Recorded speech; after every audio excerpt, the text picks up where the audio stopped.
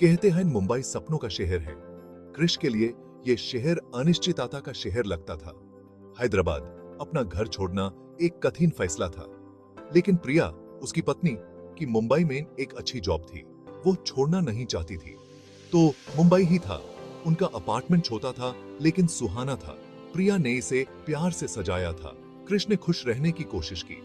ये एक नई शुरुआत थी, उनके लिए एक साथ जिंदगी बनाने का मौका। प्रिया हर सुबह अपनी क्रिस्प कॉटन सरीज मेन वर्क के लिए निकलती थी। क्रिश चाय बनाता और यूज जाते हुए देखता। यूज हैदराबाद में अपनी पुरानी जॉब की याद आती थी। यूज अपने परिवार और दोस्तों की याद आती थी। सबसे ज्यादा यूज स्थायी होने का एहसास, अपनी जगह जानने का एहसास याद आता था। मुंबई बहुत बड़ा और निजी नहीं लगता। क्रिश अपनी भीड़ में खोया हुआ महसूस करता था। हफ्ते महीनों में बदल गए। क्रिश की बचत कम होती गई। वो एक कॉन्फिडेंट यंग मैन से किसी ऐसे इंसान में बदल गया था जिसे खुद पर भरोसा नहीं था। यूज प्रिया पर निर्भर रहना पसंद नहीं था। ये उसके ईगो को ठेस पहुंचाता था। उसने अपने दोस्तों से बात करना बंद कर दिया। वो उसके जॉब सर्च के बारे में पूछते और क्रिश उन्हें सच बताने का साहस नहीं कर पाता था। प्रिया ने सुझाव दिया कि वो कॉल सेंटर जॉब के लिए ट्राई करे। क्रिश हेजिटेंट था। उसके पास मास्टर्स डिग्री थी। एक कॉल सेंटर एक स्टेप डाउन जैसा लगता था, लेकिन डेस्परेशन ने उसके प्राइड को दबा दिया। वो अंधेरी में एक कॉल सेंटर में इंटरव्यू के लिए गया। पे ज्यादा नहीं थी और वर्क मोनोटोनस था, लेकिन उन्होंने यूज जॉब ऑफर की। क्रिश ने थोड़ी राहत महसूस की।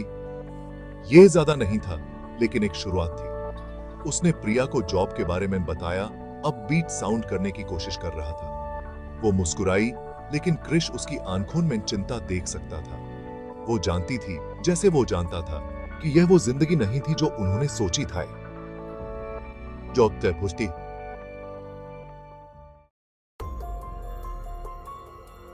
जिंदगी एक नए रूटीन माइंड सेटल हो गई। क्रिश नाइट शिफ्ट्स माइंड वर्क करता था। फ्रस्ट्रेटेड कस्टमर्स के कॉल्स का जवाब देता था। वर्क थका देने वाला था और ऑड आवर्स ने उसकी नींद खराब कर दी। वो एक खाली अपार्टमेंट में घर आता, खामोशी उसके लोनलीनेस को और बढ़ा देती। प्रिया सो रही होगी। वो यूज पतली चादर के नीचे कर्ल्ड अप और उसके अंदर एक लॉन्गिंग की लहर दौड़ जाती। वो उससे बात करना चाहता था, अपनी फ्रस्ट्रेशन शेयर करना चाहता था, उसके बाहों में अपने आप को महसूस करना चाहता था। लेकिन जब तक प्रिया उठती, क्रिश थक चुका होता। उसके पास यूज एक टायर्ड स्माइल देने के लिए ही एनर्जी बचती थी, और फिर वो खुद भी बेड पर सो जाता था। वीकेंड से भी कोई खास राहत नहीं मिलती थी। छोटी छोटी बातों पर झगड़ा होने लगा। प्रिया क्रिश के घर के वर्क में साथ ना देने की शिकायत करती। क्रिश गुस्से में जवाब देता। उसे लगता था कि वो बहुत मेहनत कर रहा है, फिर भी कुछ काफी नहीं है। उनकी सैलरी का अंतर उनके लिए टेंशन का करीबन बांध गया। प्रिया अपनी स्टेबल जॉब और कंफर्टेबल इनकम के साथ एक अलग ही दुनिया में जी रही थी। क्रिश को यह बात बुरी लगती थी कि वो ऐसे ही बोल देती थी कि उसने नए कपड़े खरीदे हैं या वो अपने कॉलीग्स के साथ बाहर गई थी। वो जानता था कि वो जानबूझकर यूज हर्ट नहीं करना चाहती, लेकिन उसकी बातें क्रिश के जख्मों पर नमक छिड़कने जैसी थी। वो फ्रस्ट्रेशन और मजबूरी के चक्र में फंस गया था। अपनी और प्रिया की जिंदगी के बीच के गैप को काम नहीं कर पा रहा था। दिवाली आ रही थी। मुंबई की फिजा में उमंग थी। मार्केट्स रंगोली लाइट्स और मिठाइयों से भरे हुए थे, लेकिन क्रिश के लिए यह फेस्टिव स्पिरिट उसकी अपनी रियलिटी से बिल्कुल अलग था। एक शाम प्रिया वर्क से घर आई। उसके चेहरे पर एक्साइटमेंट साफ दिख रहा था। क्रिश, उसने बताया, मम्मी का फोन आया था। वो चाहती है हम दिवाली पर हैदराबाद जाएं। क्रिश के दिल में खुशी की एक लहर दौड़ गई, घर जाने के ख्याल से, मुंबई की जिंदगी से बचने के ख्याल से। लेकिन उसकी खुशी ज्यादा देर तक नहीं रही। मैंने लीव के लिए पूछा। प्रिया ने आगे कहा, लेकिन बॉस ने कहा कि अभी पॉसिबल नहीं है। टीम के लिए काफी बिजी टाइम है। क्रिश का दिल बैठ गया। और मेरा क्या? उसने पूछा। उसकी आवाज में उदासी थी। तुम्हें तो पता है मुझे दिवाली के टाइम पे लीव नहीं मिल सकती। प्रिया ने कहा, उसकी आवाज में अब बेसब्री झलक रही थी। कॉल सेंटर में हमेशा काफी वर्क रहता है, लेकिन दिवाली है। कृष्ण ने जिद की। उसे अपने अंदर एक जाना पहचाना गुस्सा उठता हुआ महसूस हुआ। मेरे परिवार के लिए यह बहुत इंपॉर्टेंट है। और मेरे परिवार का क्या? प्रिया ने पलटवार किया। क्या वो तुम्हारे लिए मायने नहीं रखते? वैसे भी सिर्फ एक दिन की तो बात है। तुम बात को बेवजह बड़ा बना रहे हो। तुम्हारे लिए कहना आसान है, कृष्ण ने गुस्से में कह दिया। अब वो अपने आप को रोक नहीं पा रहा था। तुम्हारी जॉब अच्छी है, जिंदगी आरामदायक है। तुम्हें क्या पता एक ऐसी जॉब में फंसे रहने का कैसा लगता है जहां कोई ग्रोथ नहीं है। हर दिन खुद को नाकामयाब महसूस करने का कैसा लगता है। प्रिया का चेहरा सख्त हो गया। तो अब तुम मुझे दोष दे रहे हो?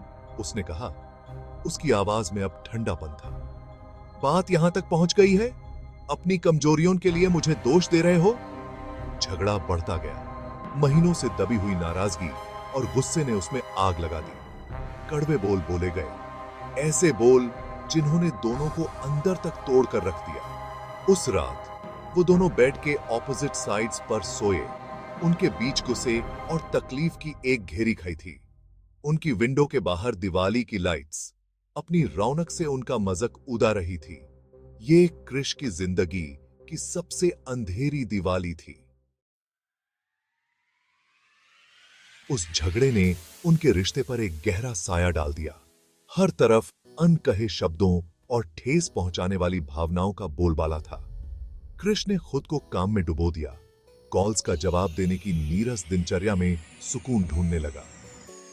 प्रिया खुद में सिमट गई। उसकी हमेशा की खुशी की जगह एक खामोशी ने ले ली। एक शाम प्रिया काम से घर आई। उसका चेहरा पीला पड़ा हुआ था। वो सीधे बाथरूम में गई और उसे बहुत उल्टी हुई। कृष दौड़कर उसके पास गया। उसकी चिंता ने उसके गुस्से पर विजय प्राप्त कर ली। उसने प्रिया के बालों को पीछे किया। उसके दिल की धड़कनें चिंता और एक अजीब अनजानी उम्मीद के मिश्रण से तेज हो गई। प्रेगनेंसी टेस्ट ने उनके शक की पुष्टि कर दी। वो मां बाप बनने वाले थे। यह खबर कृष पर मानो वज्रपात की तरह गिरी। अचानक उसकी परेशानियां, उसकी कुंठाएं, सब कुछ महत्वहीन लगने लगा। वो पिता बनने वाला था। उसका अपना एक परिवार होने वाला था। उसने प्रिया की तरफ देखा, जिसकी आंखों में डर और उत्साह का मिला जुला भाव था, और उसके अंदर रक्षा करने की भावना उमड़ आई। वो प्रिया की, अपने बच्चे की देखभाल करेगा। वो सबसे अच्छा पिता बनने की कोशिश करेगा। प्रेगनेंसी आसान नहीं थी। प्रिया को सुबह सुबह उल्टी होती थी और वो हमेशा थकी रहती थी। कृष ने उसका साथ देने की पूरी कोशिश की। घर के ज्यादा काम करने लगा और समझदारी से पेश आने की कोशिश करने लगा। वो काम से घर आता और प्रिया को सोफे पर सोया हुआ पाता, उसका चेहरा पीला और थका हुआ। वो प्यार से उसे जगाता, उसके लिए उसका दिल दुखता और उसे कुछ खाने के लिए मनाता। चुनौतियों के बावजूद उनकी जिंदगी में एक नया उद्देश्य आ गया। वो इसमें साथ थे।